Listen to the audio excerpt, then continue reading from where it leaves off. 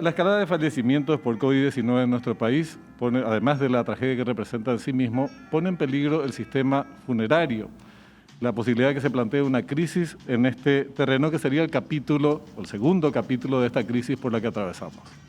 Una enfermedad que no está distinguiendo ni de la edad, ni el estatus social. Hoy en día, tener dinero ni siquiera es una garantía de que se va a poder conseguir una cama en terapia intensiva.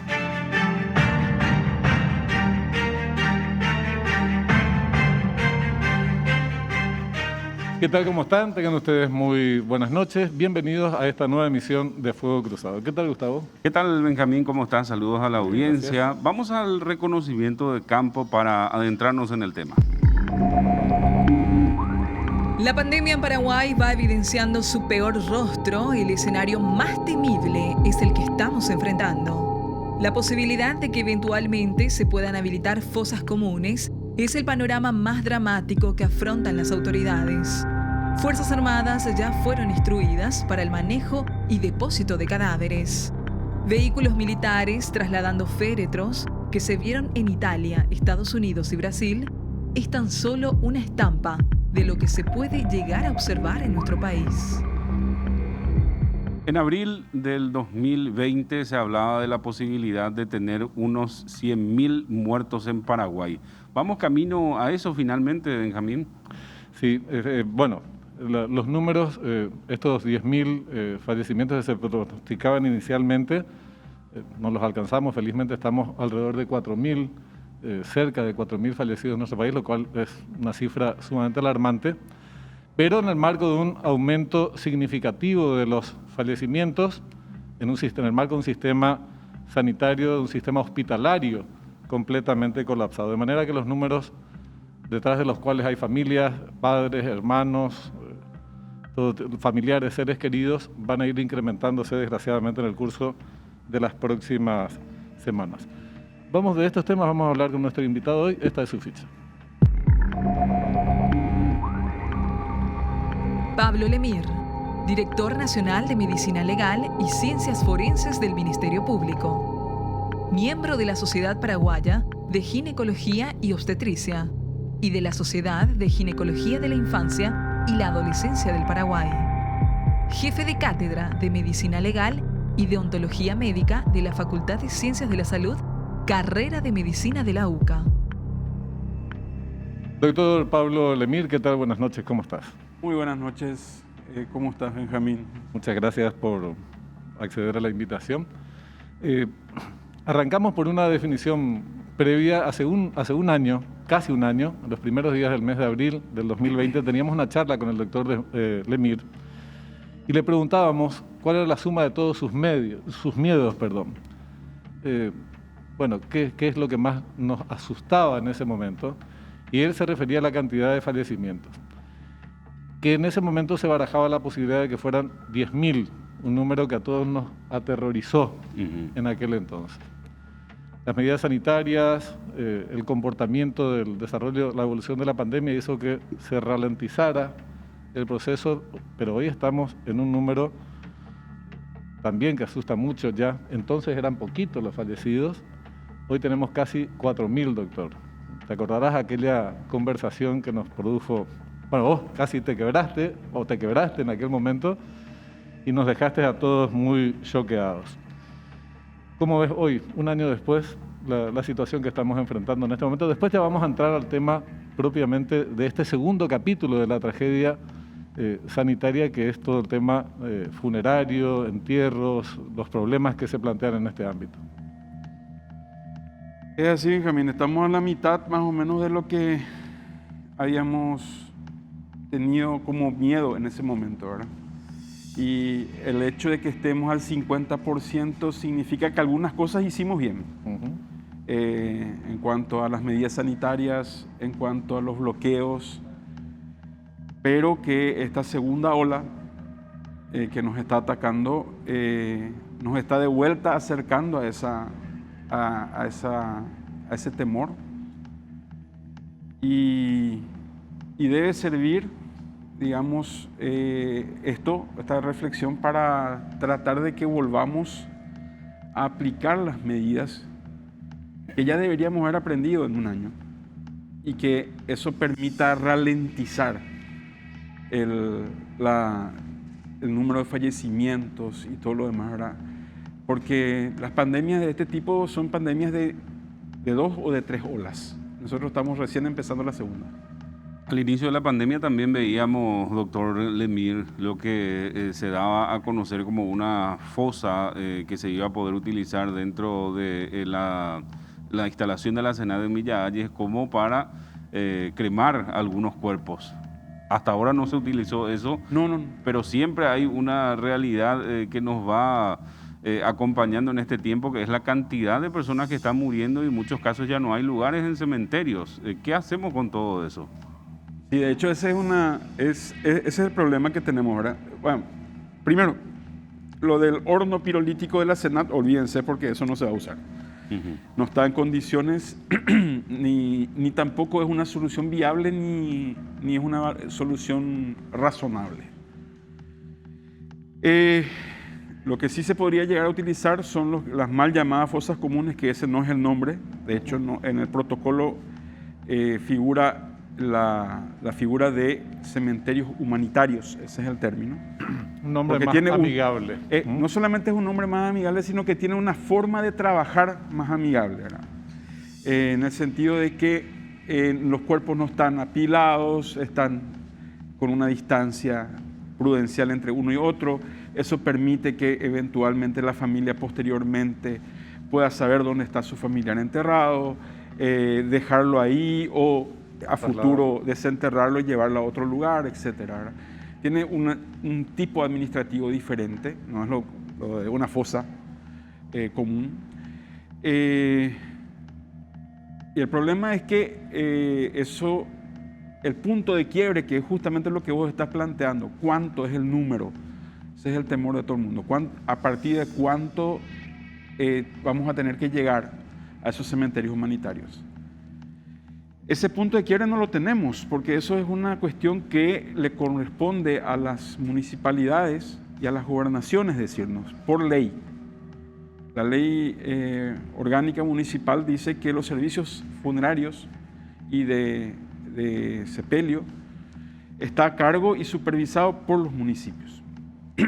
Eso significa que la municipalidad tiene que decirnos, nosotros tenemos tanta cantidad de cementerios dentro de nuestro municipio, estos cementerios tienen tanta cantidad de espacios y tenemos tantas funerarias habilitadas y las funerarias pueden brindar tanta cantidad de servicios por día.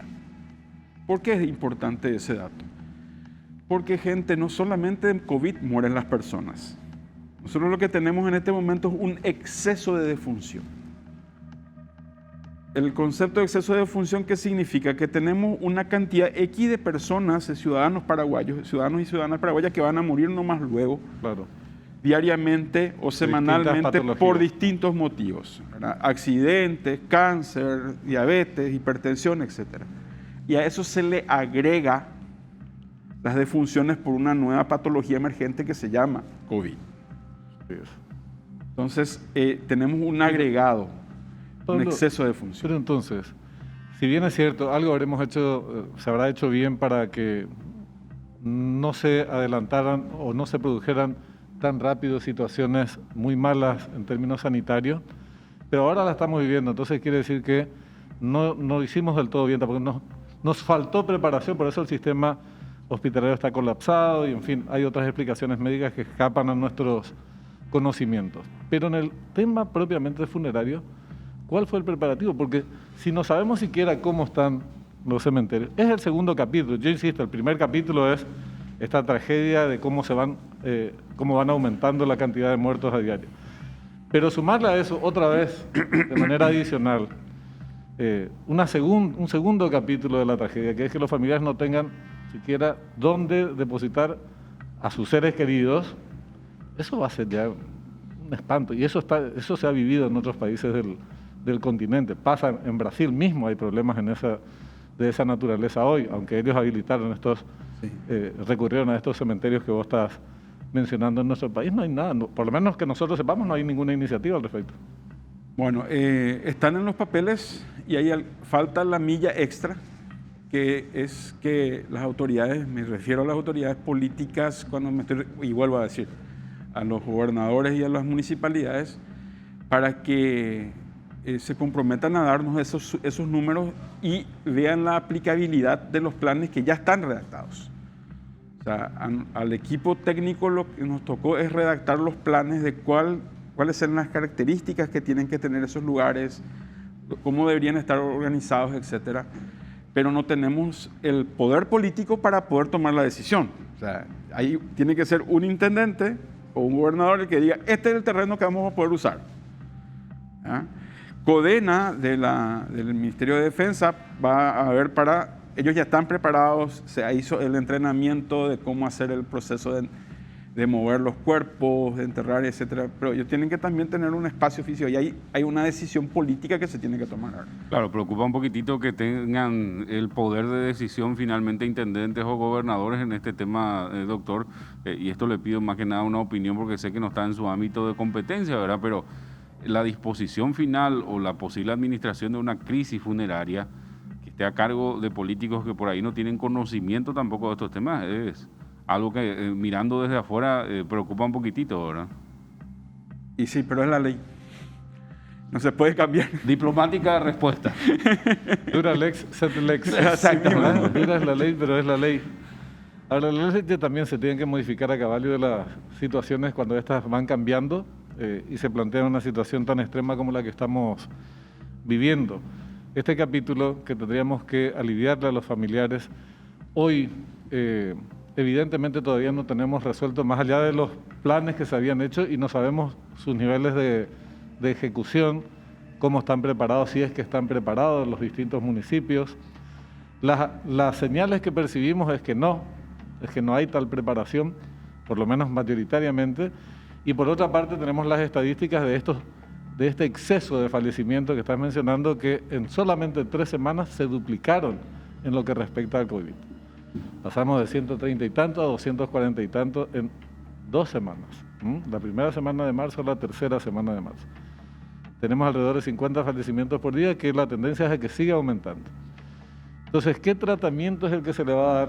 Incluso a personas que no sabemos que probablemente fallezcan por COVID y que no tuvieron ya posibilidades de recibir atención médica. Se nos plantean problemas adicionales, Pablo, ¿y cómo encararlos? Es así, se nos plantea el problema adicional de que en algún momento dado vamos a tener, eso es algo lógico, un subregistro de gente que fallece con COVID o por COVID y que no sabemos que falleció por COVID. Eso puede llegar a presentarse y las cifras van a seguir aumentando. O sea, tenemos que hacer el cierre que está dispuesto para Semana Santa. Es lo correcto, médicamente hablando, epidemiológicamente hablando. Pero no piense el ciudadano paraguayo que el lunes de Pascua van a disminuir los números. Eso es una mentira. Porque las infecciones que evitemos en esta semana se van a reflejar estadísticamente, en todo caso, en 10 a 14 días. Claro. Entonces, ¿qué significa eso? Que el lunes de Pascua o las siguientes 2 semanas epidemiológicas, lo más probable es que se duplique de vuelta el número de fallecidos. El tratamiento de los fallecidos sigue siendo el mismo que al inicio de la pandemia, porque al inicio de la pandemia todos teníamos temor El tratamiento del fallecido por COVID debe seguir siendo el mismo, porque lo último que sí se ha descubierto con relación al virus en el cadáver es que cuando el virus está activo dentro del cuerpo, pasada 36 horas de muerte, de la muerte de la persona, se puede todavía rescatar partículas víricas vivas dentro del cadáver. ¿Esto significa que puede seguir contagiando entonces? Realmente para el familiar o para la persona que está al lado del cajón, no. Porque el cuerpo ya no respira, es decir, no emite virus, ¿sí? Pero para el operador del sistema, es decir, por ejemplo, para el que hace la autopsia, para el que abre el cuerpo, para el que manosea el cadáver, sí es un peligro. O sea, para nosotros los médicos legistas sí es un peligro todavía el cuerpo, porque nosotros tocamos. En cambio, la persona, abrimos el cuerpo, todo ese tipo de labores forenses, ¿verdad? Pero Para el que está velando, que está al lado del cajón, nomás no. Doctor, ¿tenemos que hacer una breve Sí. pausa? ¿Sí? Así Enseguida es. estamos continuaremos desarrollando este tema con el doctor Pablo Lemir. Ya volvemos enseguida.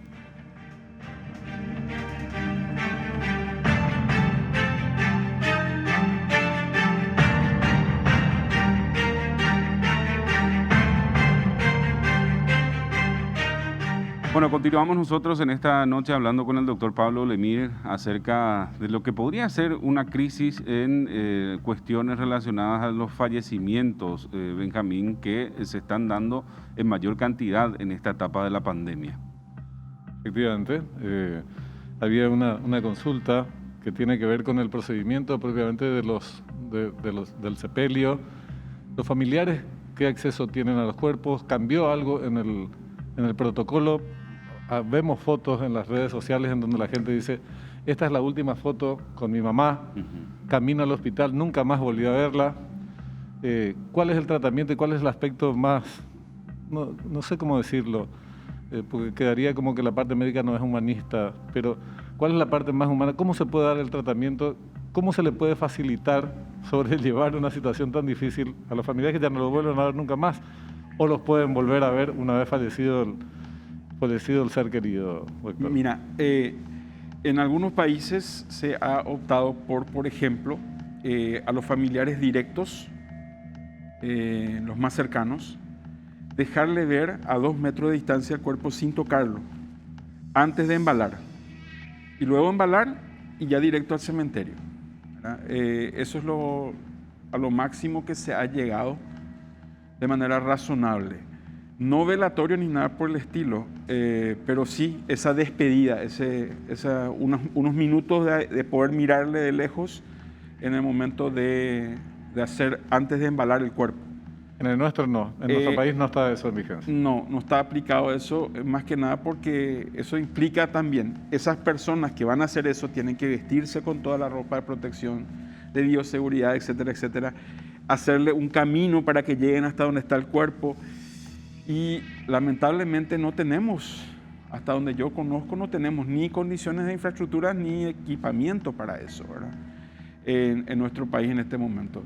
Eso es lo máximo que se ha conseguido. Y cuando yo me refiero a eso, me refiero a España, Alemania, estamos hablando de otros países con otro nivel adquisitivo, con otro sistema de salud, etcétera, ¿verdad? ¿Por qué no se hace velatorios y ese tipo de cosas? El velatorio no se hace y se sigue desaconsejando en la parte de COVID.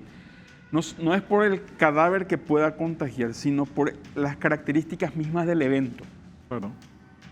El evento en sí de velatorio es un evento doloroso, es un evento emotivo, donde hay llanto, hay grito, hay abrazos, para consuelo, ¿verdad? Se aglomera.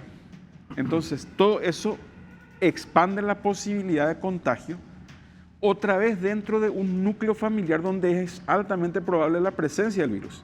Porque si la persona falleció por COVID, ese núcleo familiar probablemente también esté infectado. Claro. Que es una de las cosas que a mí me preocupan de los periodistas, que se van a hacer las entrevistas a las familias y ese tipo de cosas. Por ejemplo, en el INERAM, que le internaron ayer o le internaron hoy, están reclamando medicamentos con todo el derecho y todo ese tipo de cosas, pero esas personas son potenciales portadores, porque son gente que está viviendo con alguien que se infectó y se internó en terapia, ¿verdad? Y les juro que a mí me preocupa también por los mismos periodistas que se están exponiendo de esa forma, ¿verdad? Es cierto.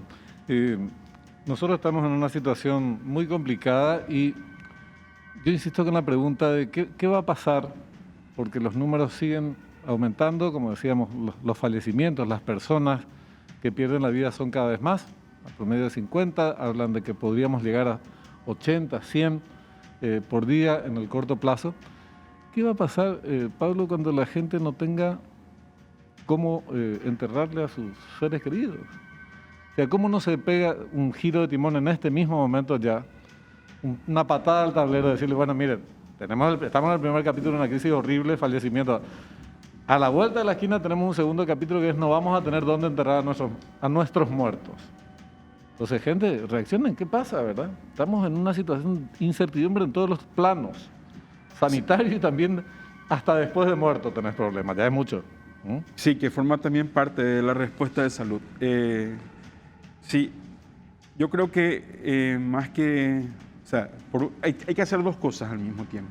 Tenemos que hacer dos cosas al mismo tiempo. Por un lado, las autoridades políticas que tienen la capacidad de decisión, estoy refiriendo en este caso a, como dije, a gobernadores y municipalidades, ponerse las pilas y ver también esta parte.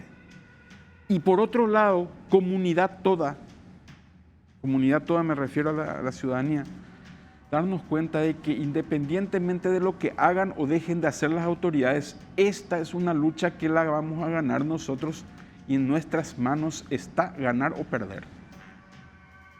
Porque va a depender de nuestra conducta, de cómo yo decida a partir de salir de este estudio, qué es lo que voy a hacer. ¿Voy a irme a joder? ¿Voy a irme a no cuidarme? ¿O voy a salir lo estrictamente necesario para trabajar, organizarme para no tener que irme todos los días a la despensa o al súper, para hacer todas las cosas más espaciadas, incluso mis compras? O sea, tomar esas decisiones de lo que deberíamos haber ya aprendido en un año, que son las únicas cosas que nos van a ayudar a disminuir y ralentizar. Porque el virus, el SARS-CoV-2, no es un virus altamente mortal. Manda al 1,5 al 2% de los infectados nomás a terapia y les puede matar. El problema es que este bicho te infecta 2.000 por día. Claro. Y si haces 1% o 2% de 2.000 por día, no hay sistema que aguante. No, más que Y vale. encima la variable, el que vino de ahora de Manaus, se contagia más y durante más tiempo. Sí es. A propósito de ese tema, doctor, hoy estaban dando a conocer cifras desde el Ministerio de Salud de un 60% de internados, personas menores de 50 años, ¿no? Y también una cantidad importante de gente que está muriendo en esa franja de edad, principalmente entre 40 a 59. ¿Qué está pasando? ¿Fue mutando esto o es por la cantidad de personas que se infectaron? Es por la cantidad probablemente y también por las mutaciones. Las dos cosas. Ya está matando a gente que anteriormente no estaba en la franja de vulnerabilidad. Y va a ir bajando. Esto que mencionabas recién, con respecto a vamos a farrear después, a la salida del estudio y compañía, realmente, obviamente se le atribuye a la población, al segmento poblacional más joven, que se sentía muy seguro frente al COVID. El índice de internados es un desmentido brutal a los que se sienten seguros por la edad. Porque si el 60% es menor de 50 años, bueno, digamos que eso ha cambiado drásticamente. Y la cantidad de fallecidos, como vos indicás, de la franja entre 40 y 59 años también Está empezando a subir. está subiendo. Entonces, estamos ante este panorama y la pregunta es cuál es la dinámica, porque si vos decís correctamente que al final de la Semana Santa no esperemos este tipo de milagros, que es que bajen los números drásticamente, probablemente sean los mismos o incluso superiores, pues sus efectos no son tan inmediatos. Bueno, ¿hacia dónde vamos? Te repito, ¿cuál es el panorama que enfrentamos? Tanto desde el punto de vista de la mortalidad como desde el punto de vista es un panorama del sistema negro. funerario. Es un panorama negro siempre y cuando no nos demos cuenta de que el chip de cambio no está en un decreto presidencial. Uh-huh. El chip de cambio está en nosotros. O sea, ¿cómo yo decido moverme a partir de ahora sabiendo lo que tengo que hacer? Yo me estoy recuperando de COVID. O sea, estoy en mi día 14. Me cuesta de repente respirar mucho, caminar me cansa y todo ese tipo de cosas. Y me infecté igual, a pesar de cuidarme, a pesar de no salir a farrear ni nada por el estilo. ¿Cuál es la diferencial? Que no tuve que entrar en terapia, no tuve que internarme, no tuve que usar oxígeno ni nada por el estilo. ¿Por qué? Porque me infecté con baja carga viral. ¿Por qué me infecto con baja carga viral? Porque mantengo los 2 metros de distancia siempre que puedo, porque uso tapabocas, porque me lavo la mano, etc. Entonces, la diferencia está en nosotros, no en que papá Estado me venga y me diga, ¿sabes que tenés que cuidarte? ¿Sabes que no tenés que ir a farrear. Sabes que no tenés que compartir la botella de cerveza con tu amigo. Eso es lo que tenemos que entender, que tenemos que dejar de pedir que venga un papá Estado a decirnos lo que tenemos que hacer. Y ese cambio personal es el que va a variar lo que pueda pasar.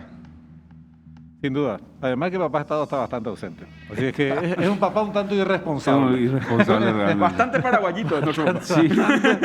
Así que no cifremos muchas esperanzas en él. Tenemos que tomar medidas efectivamente nosotros, cumplirlas, acatar estas disposiciones y hacer el mayor de los esfuerzos para dificultarle el trabajo al virus. Doctor, te agradecemos muchísimo por tu presencia y seguiremos charlando oportunamente. Muchísimas gracias a ustedes.